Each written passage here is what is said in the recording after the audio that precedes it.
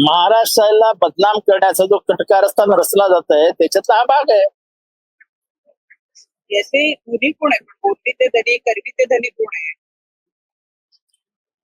हे पोलिसांनी शोधायला पाहिजे. हा इंटेलिजन्सचा फेलियर आहे.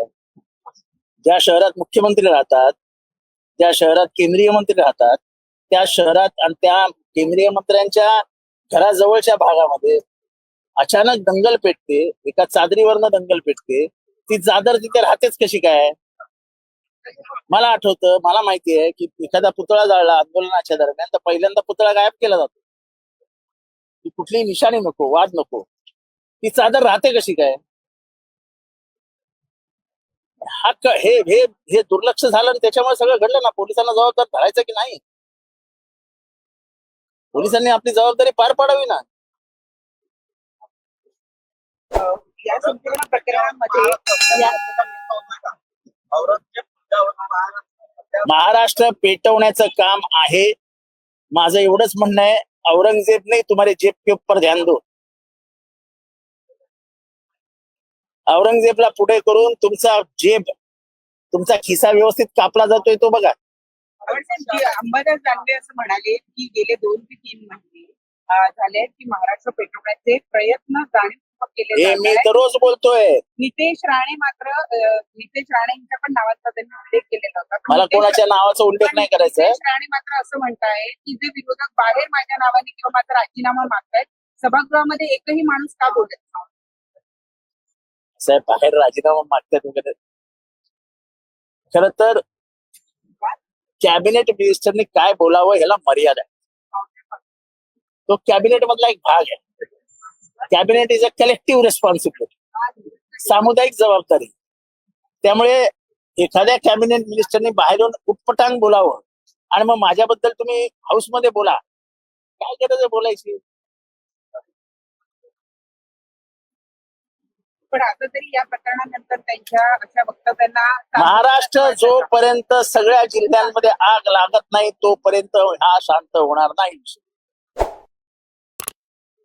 महाराष्ट्रातल्या सगळ्या जिल्ह्यांमध्ये आगी लागतील, त्यांच्या मनाप्रमाणे होईल.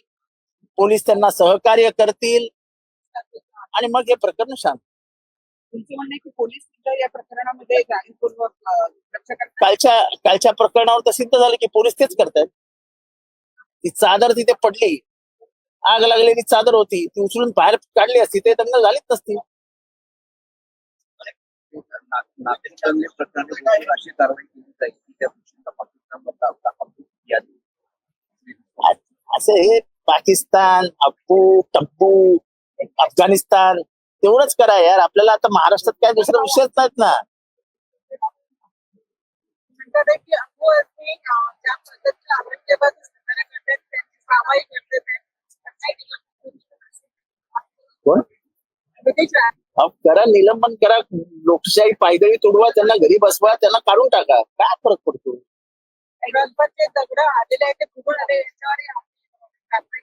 ट्रकभर दगड आणून ठेवण्यात आलेले होते एकाच अहो तर माझं म्हणणं ट्रकभर दगड आली होती, चला आली होती. तुमचं इंटेलिजन्स काय करत होतं? तुमचे पोलीस काय करतात? एवढी मोठी दंगल होणार आहे माहिती असताना तुम्हाला कळतं दगड आली आणि पोलिसांना कळतच नाही दगड आली.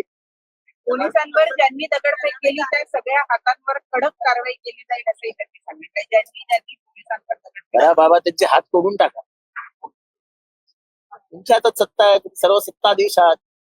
240 पाशवी बहुमत आहे तुमच्याकडे, तोडून टाका हात, गरम करणार.